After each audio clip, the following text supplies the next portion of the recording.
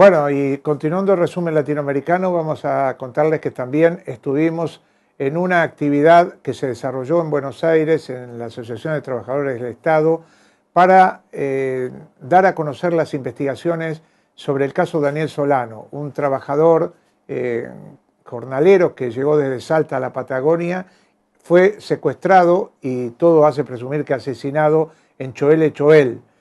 Y el abogado Sergio Heredia estuvo aquí en Buenos Aires para informar sobre lo que está, el estado en que está la investigación, y se hizo un acto allí en ATE donde participaron Vicente Cito Lema, Vanessa, la hermana de Luciano Arruga, otro joven desaparecido y seguramente asesinado por la policía argentina. Vamos a dar cuenta de este acto.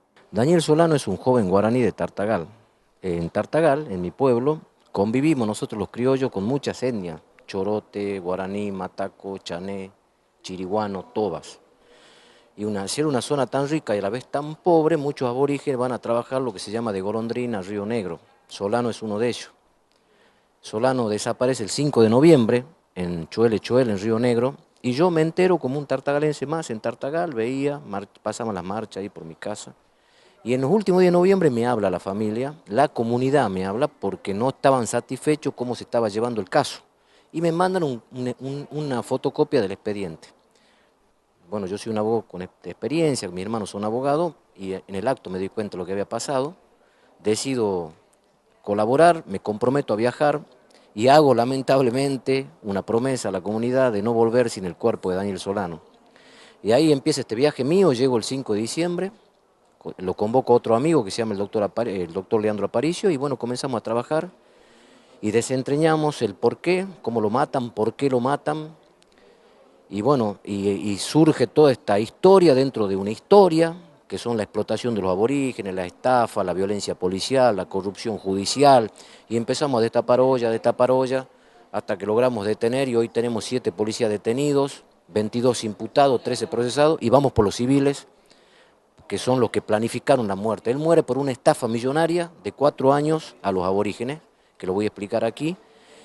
Y bueno, el caso Solano es un caso único en Argentina, que no se conoce, que además hay más muertos, no únicamente Solano. Hay 3 muertos, 2 muertos más por el caso Solano, que son también trabajadores. Solano cobra su sueldo en el 4 de noviembre, cobra 870 pesos. Él tenía que haber cobrado 2.500 pesos. Entonces él se da cuenta y él organiza un movimiento con sus compañeros para reclamar la diferencia. Ahí la empresa decide matarlo, así lisa y llanamente.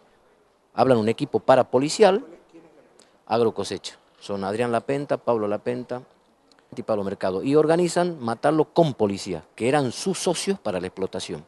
Lo matan y la justicia encubre el asesinato porque también estaban involucrados lo de la justicia. La jueza, el cuñado de la jueza había sido gerente de la empresa. Y le ponen abogados a Solano para el encubrimiento. Y le dicen a Solano, en noviembre, Solano, su hijo está vivo, se ha ido a Neuquén, acá no hay delito. Todo eso cambia nuestra llegada. Y ahí comienza la otra historia, todo este encubrimiento, toda esta lucha contra nosotros, y con esta perseverancia de la familia y de los abogados que nos instalamos en Choel, logramos dar vuelta a esta historia, que ya está prácticamente esclarecida, y ahora ya está actuando la justicia federal, la justicia provincial, gendarmería, policía federal. Así que ya estoy en horas de encontrar el cuerpo. Uno es paraguayo, se llama Pedro Cabaña Cubas, y el otro es un trabajador jujeño que se llama Villagrán, que tienen vinculación con Solano, son muertos por la causa Solano.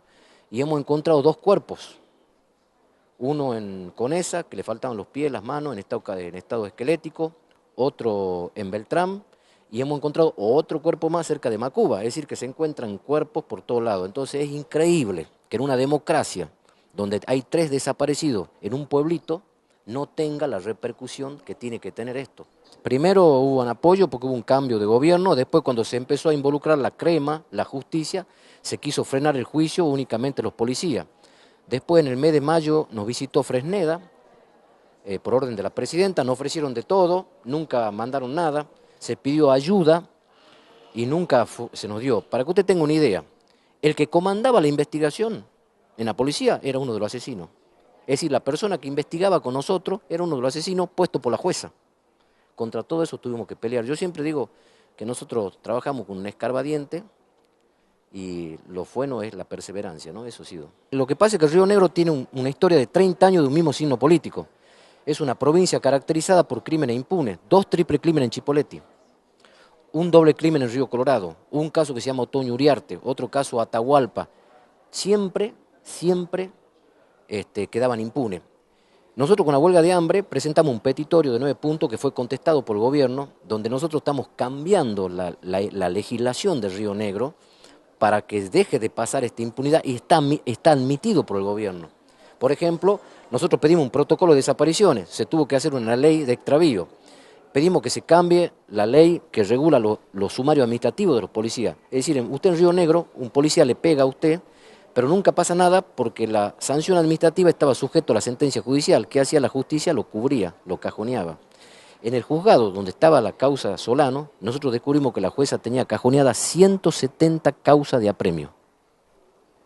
170. Para que usted entienda, Berté, uno de los asesinos, el otro día la hija, por una denuncia nuestra, fue suspendida porque picaneaba. La hija de Berté, que también es policía, y Berté tenía una sentencia de 2 años de prisión en suspenso y 4 de inhabilitación por apremios.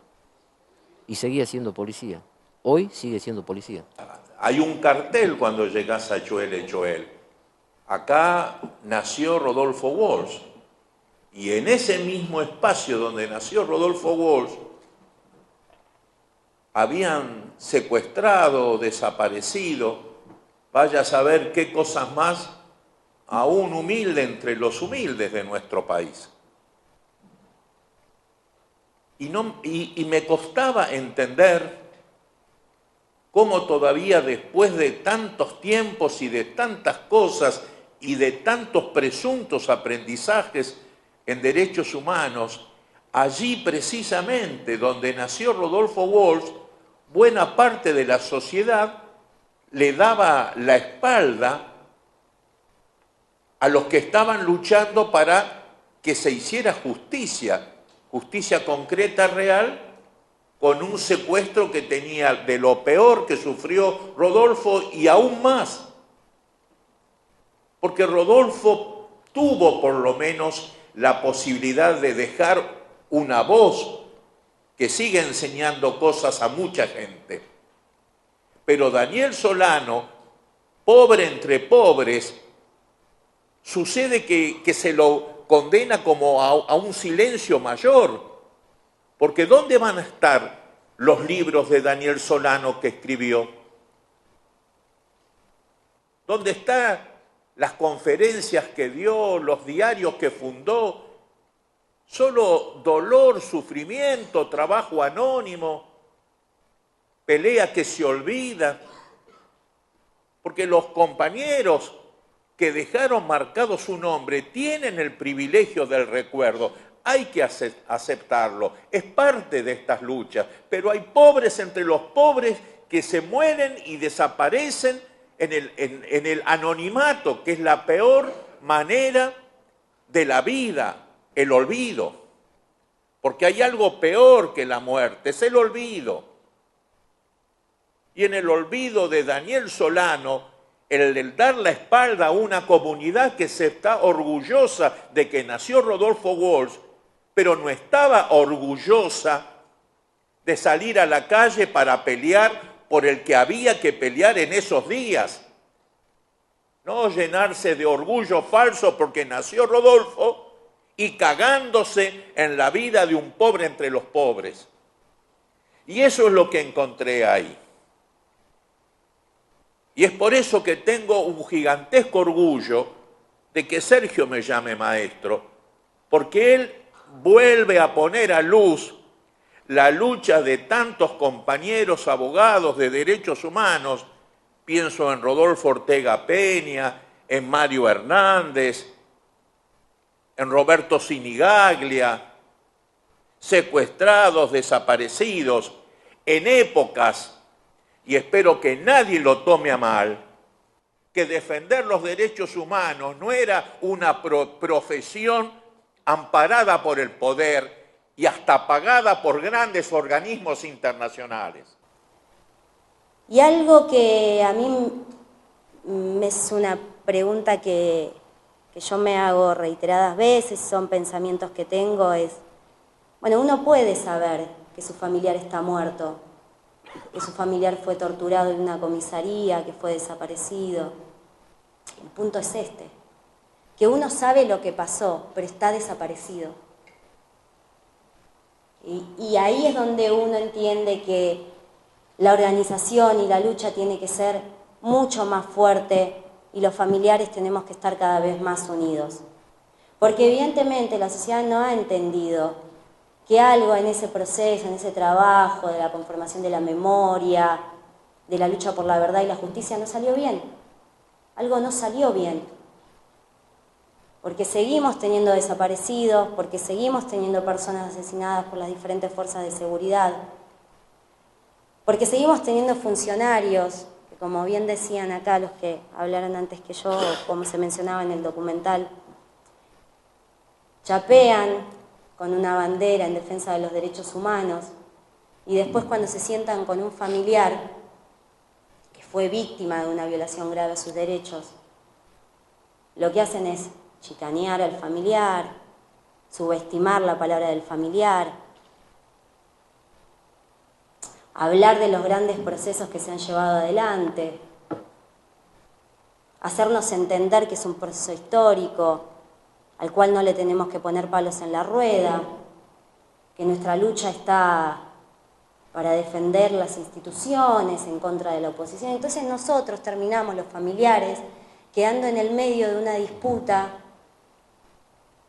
¿no?, de poder político, económico, y las respuestas nunca llegan para nosotros. Y las respuestas de los familiares tienen que ver con un acompañamiento quizás mínimo en las causas judiciales que llevarían con un buen proceso a devolvernos a nuestros familiares.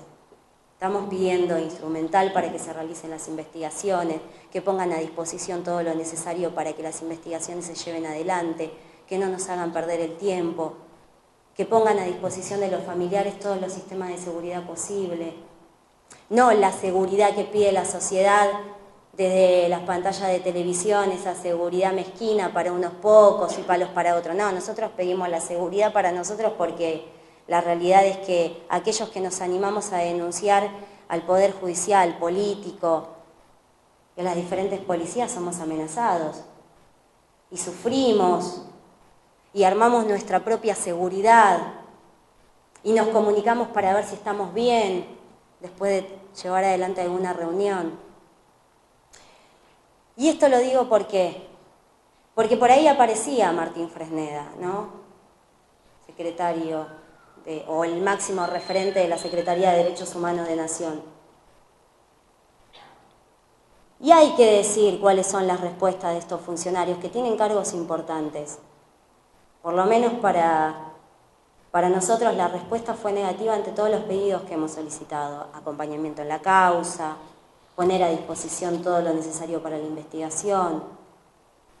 Pedimos una seguridad mínima que, como ya nos habían dicho que no se podía llevar adelante porque no cumplen los protocolos, las causas nuestras, ¿no? A ver, los sistemas de seguridad están muy abocados a lo que fue la última represión en nuestro país. Entonces tienen mecanismos armados para esos casos de violación de derechos humanos.